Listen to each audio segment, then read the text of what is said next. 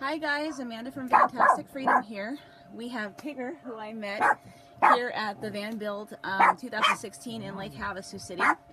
And I was really interested in her van. She's got an awesome setup. And I'm going to have her tell you about it. And so go ahead and tell us how you got started with all this. How I got started with all this? How did you get started with all this? What made you start you know what? I bought a van so that I could go between one state and California, so I didn't have to be stuck in California all the time. Right. And that kind of led into, I got the van and then I found out I no longer had housing where I was. So I kind of accidentally started living in the van, but I'm not homeless. And Exactly. I haven't been homeless at any point in time because I take my home everywhere I go. Right. You know? That's awesome. So I am homeless technically, but I'm not homeless. I'm just alternately housed. Exactly. And this is a choice. You know, this is something that so many people here have chosen to do, and you know, we're in that process, and so I totally get that because you know, there's sometimes people just don't want to pay high bills and they don't want to have to be stuck. Well, see, in that mainstream. was the thing that happened too. Was I'm on disability, and I can have a life in a box and stay in the box and live extremely meagerly and have no extras, or I can choose to live here, pay no rent, eat what I want to eat, and you know, if I need to buy medicine, I can buy medicine. If I need to go to a doctor, I can go to a doctor. I can do whatever I need to do here. Right. Now, I think it's ridiculous that it's illegal in some places to live in your vehicle. Yeah, I don't like that either. I mean, you know, I think about when we started this country, it was all about, you know, making it what we wanted it to be. Yeah. And they can't speak for everyone to say, well, this is what we all want. We all want society in this way. Well, what about those who don't? Yeah, see, I don't fit into fair, right? your society. I find that, you know, I'm sick, and I spend a lot of time sick. The first 14 days of this event, I spent in my van sleeping and being just not feeling well and not able to go out and see everybody. But I got to hear everyone talking outside. You know, and that kind of, so it's kind of a part of. And then when I did feel good the other day, I got to come out and participate and hang with everybody and laugh and be a part of and make new friends. And I couldn't do that if I was housed in a brick and mortar joint. You know, That's true. That wouldn't happen. And how many of our neighbors do we even actually know? Yeah, we live in a house. Well, I'm pretty outgoing. I knew most of those people. I don't know anybody in my neighborhood, but I mean, I don't know. I don't know that I'd actually want to because I don't really know what their standpoints in life are, and I don't really know where they come from, and they could be dangerous. I don't know. Yeah. You never know, but no. So anyway. I got this cargo van. My father bought it for me. Okay. I was gonna buy it, but this one was about twice as much as what I had, and he wanted me in something decent, and so I got this, and it was completely stock empty. It had the wall across the front, and I took the center panel out of the wall so that it's a doorway into the cab. Right. It was important to me. By the It was way. important to me that I could get. If you were banging on my walls outside or doing things I wasn't happy or comfortable with, it's vital to me that I can just hop in the front seat, turn the key, and drive off. Exactly. You know, and so far the only people who have banged are the police officers, and so, you know, some have been friendly, some not so friendly, and that's all right. Yeah, we haven't had that yet because we don't do anything yet. Yeah. We don't even try to stealth camp yet. They bother me a lot at parks and stuff. I don't know. See, they bothered me a lot because I had my doors partway open, and I can't open them all the way because I have a little dog that'll run off. So I had them partway open, and the cops are like, "What are you doing in this park in a panel van with the doors cracked?" And I'm like, "I'm a woman watching my phone with a dog. I'm not dangerous." It's like, I promise. Yeah. Well, I mean, you know, I think that one of the things that I would tell the police too, if we ever got stopped, would be like, "Oh yeah, this was my son and I were just traveling through. You know, we made our back of our van a camper, and we're heading there. Well, you're heading to? Well, we're going to such and such. You know, we'll have some kind of a plan of some kind. You know, hopefully not a lie, but you know, just some like we're traveling through Arizona or something like that, and this is what we're doing. So Where are you headed to? Well, sir, I don't believe that's any of your business. So, well, okay, Anyway. so the van. So when I started the build, a friend of mine, David Davis, had built me a bed for a twin bed mattress, because that's what I had an old twin bed mattress. And so he built me a nice little wooden frame for that, so I was up off of the floor. And I had cardboard boxes with stuff in them, and I had to move them around. And when I drive, I just spread them out on the floor so they don't bang around. So when you park, they're all across the floor and you can't get anywhere. Oh man! So you have to move them all and stack them back up. It was a pain in the ass. So eventually, I built this shelf unit, and it's attached to the wall by 1, 2, 3, 4. It's actually attached to the van by 1, 2, 3, 4, 9 screws. 9 screws into these big metal stay things in the middle of these things. It's into those, and it's not going anywhere. This is an added piece to the front so that things don't come out. Sure. Amazingly enough, I guess, I'm a very slow driver. I don't like to go around the corners fast because I know my stuff will go flying. So I take it easy on everything, and most of the time, pretty much nothing comes off. The clothing is all just up here. I just tuck it under this, the shelf goes all the way back to here, say. And so I tuck the clothing under this piece. So it's kind of clamped in on one end and splays out on the other end, so I can see everything I've got. That's pretty good. Like that way, because I have dementia. And so I have had brain damage since 1986 when I had cancer and they radiated my brain accidentally. And so it's always Christmas when I look in the closet.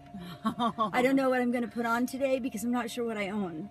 Yeah. So I get to go look every day and go, oh my God, that's such a cute dress. And I've kind of given over to a life of jeans and t-shirts. You can throw them in a washer, throw them in a dryer, throw them in a bag. Right. And if it takes me a week to fold it and put it away, who cares?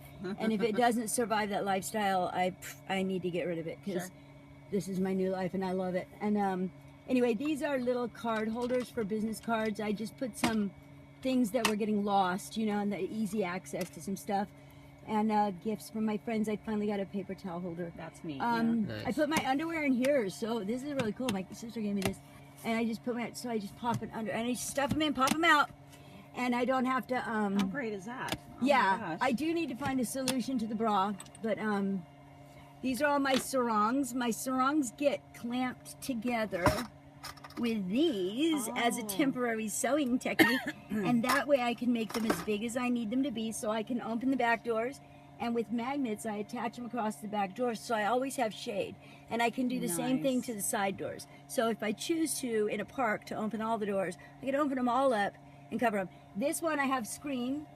It goes all the way around.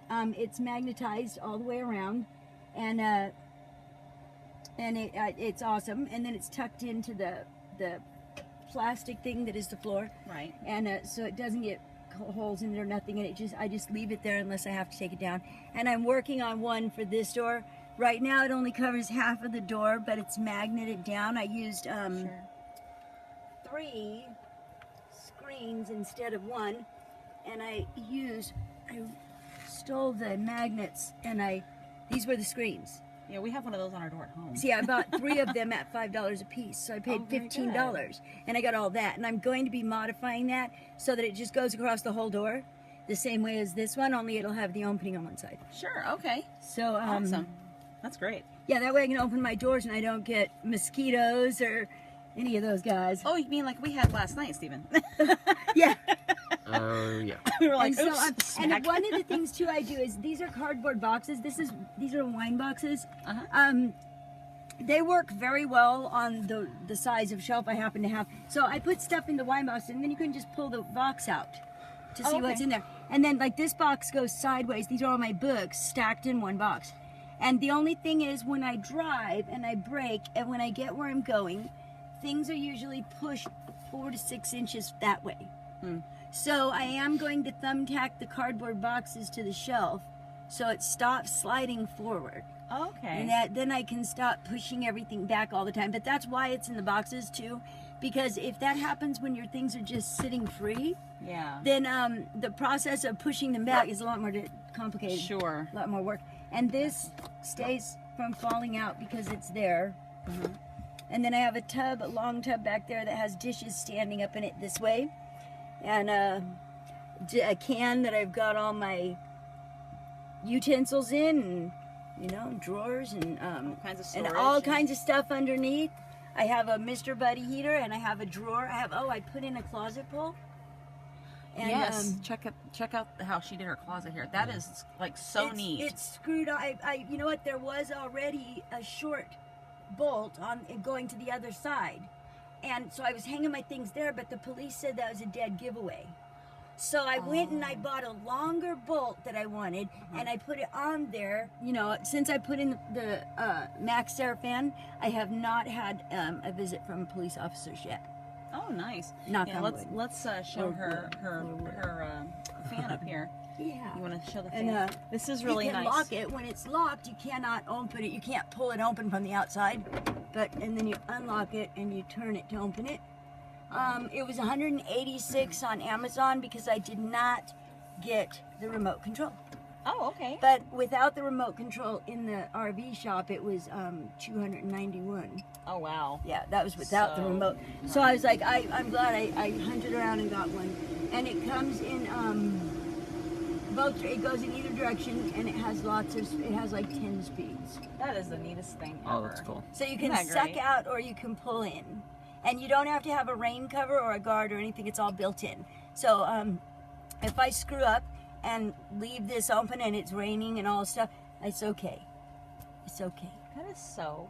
I just love that. Oh, not only that, it has a button so you can set it to a temperature. So like it's automatically set. If you push the button, when it hits 78, it will automatically turn the fan on. Anything above 78, the fan will automatically be on. So if I leave and I leave the dog in the van and I'm going to be gone for a little while, I can set it to automatic so it doesn't... So she has, and I also have a vent at the front that was on it when I bought it. And that opens and closes. And so I have airflow even with the bulkhead closed off. Nice. And I put that box down there that's got my shoes in it. Okay. Now tell me about this little, you said you had a propane refiller. Oh, yes, Is that I what do. this is down here? No, that's my Mr. Buddy heater. Oh, what the propane's sitting under? Yeah, that's my Mr. Buddy heater slid underneath the shelf. Oh, okay. And I also have, because it looks like it fits under, like the propane fits right, is it the propane watch. that It's screwed on. Yeah, it runs okay, so it runs So in watch. I don't have one yet, so I'm interested in... See, it tips up like that so that I can easily screw it on. Sure. Okay. Otherwise, you have to put it underneath and lift it up and all that. But that way, I don't even have to pick it up to screw a new cylinder on if it runs out. Yeah, because we haven't gotten that far yet. Yeah. Well, and that's been a lifesaver because when it's cold, I just pull that and turn it on. And I also, when it's cold and I pull that out and turn it on, because it is such a confined space, I turn a fan on to blow the air around up above it. Oh, yeah. To kind of circulate the heat around. Absolutely. Yeah. Blow that heat around so that I don't have a hot ceiling and a freezing feet.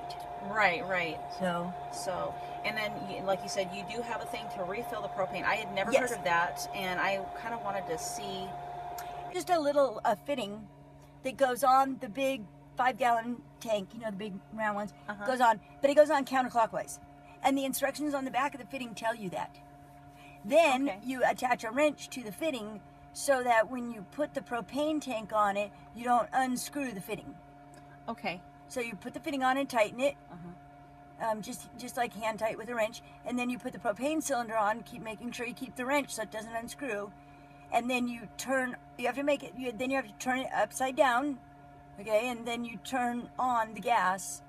And I turn it all the way on, even if it's for a short time, because that way you're not wondering whether you turned it on or off. You know, it's like you're not part way looking, because, again, dementia. So, and then when you unscrew that, then you unscrew it and take it off after you've turned off the gas. And then you pull the little peg thing, the little vent thing on it, and that releases the air, and then you do it again, and that fills it up the rest of the way. Oh, okay. Yeah, now where would you get something like that? At Walmart. At Walmart, okay. Or any anywhere they sell camping gear and little cylinders of propane, they might just have that. All right. Well, yeah, you do have a really, really nice setup, Stephen. Let's show them the kind of stuff that she put on her walls here. And the magnets, we'll show the magnets as well that she's used. Look, some ingenious stuff. The magnets hold the door closed. See, they catch each other and hold the door closed. That's my clasp. That's how it stays closed. Okay. Oh, yeah. So right there's some, yes. Now, where did you get all your Harbor Freight. Harbor Freight. Okay. Yeah, and I try to get them when they're on sale. And they got these great, let's show these here with the hooks.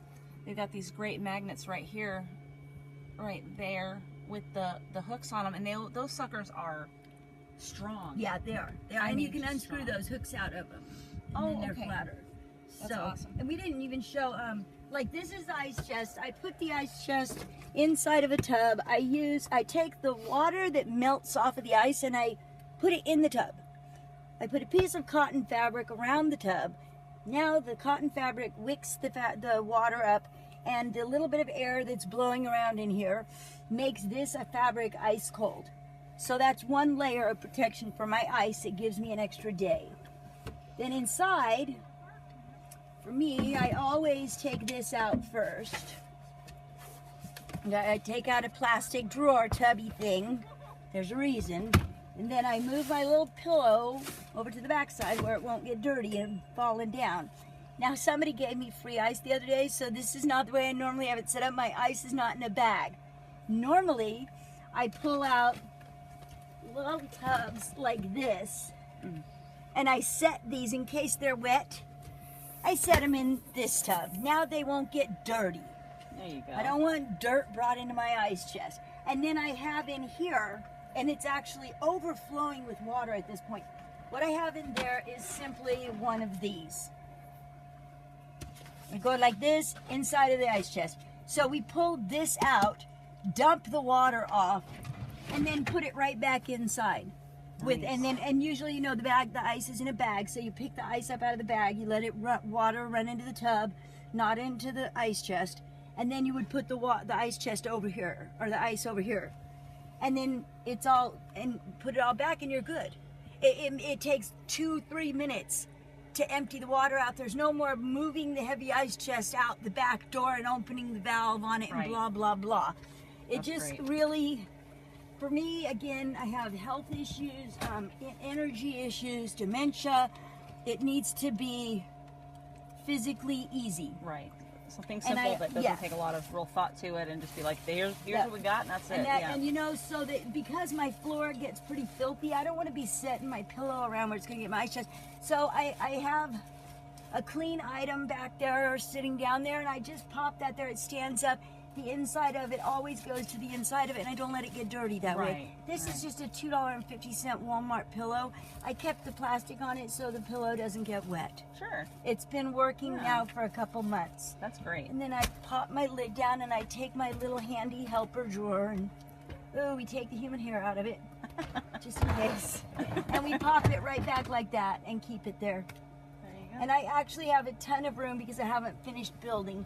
But then this is my lamp. It's just an ordinary everyday incandescent lamp thing, but I have an 8-watt LED light bulb in it, which is very bright. And if in the evening I don't want it to be bright, I go like that. Oh, that's neat. But That's very a great idea. very soon it's going to have a Tiffany lampshade on it. Anyway, so this is my little sink.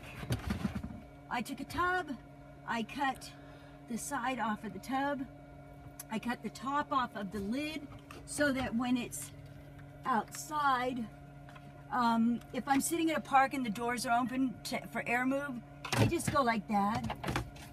Now the officer doesn't have to know that I live in here, you see, because he doesn't see a sink in here. He just sees a bunch of plastic tubs and boxes and junk. And eventually these will have some, like if you look at these from the end, they don't look like anything that would make you think you're living there. So they'll eventually have some drop-down cabinets that'll make countertops, and I'll probably do this one in 2 pieces. That way I can either, you know, I could be making coffee here and digging in here, or I could have them both down and whatever. You know, I like versatility. I like to be able to move things around. And and the bed. Yeah. The bed is made by with 1x4s and 1x2s. And we're going to stand up here so we can show the bed. It's got a couple of cool features. One of the cool features is that the bed raises up for everybody. Oh, that's and nice. It will raise all the way up to the wall, except that I currently have cushions on it and humans in here. So, you know, well, get a little look down there. And my electrical down there, they just did for me here at they just did for me at the van build. They did that whole electrical thing and put all my cigarette lighters in permanently. They put in my solar panel charger up here and my solar panel on the roof. And the other thing this bed does is that's my toe. Oh, that was bad. That was very bad, guys. It comes all the way out if your mom and I weren't here. And it comes all the way out into a twin bed. And this lays down. So you just go, bam, and it lays all the way down. Very nice. And I did it all myself. It's amazing. You know how this goes. I don't know how this goes. It just slides in. That is awesome. Yeah. Oh, and my friend, you got to put this in the video. Okay, well, I do apologize for the shoddy camera work because this thing is really cumbersome. And I know, it's hard. Yeah. You know what? My friend Stephen Wheats in, he's not in Helen, Georgia. Where is he? In Gainesville, Georgia. He's the one, he after I made the bed, it was absolutely could not be pulled in and out at all because I did not sand any of my wood and I did not wax any of my wood. So while I was in Gainesville, he was so kind. He took the bed thing apart and took it outside and he waxed every single one of these slats on all sides. Oh my gosh. And it was then that I began to be able to have a twin bed. Oh, that was sweet. So thank you, Stephen Wheats, and thank you, David Davis, for your help, and thank you, Audra Sutka, my sister, for putting in the screw that finalized the bed that I could not get in no matter what. And thank you to Brian Hood for installing my Max Air fan and letting me in, what was that, I directed. And who else didn't even? Oh, and thank you, Dave Washman, for all the telephone advice to get me out of sticky hot water.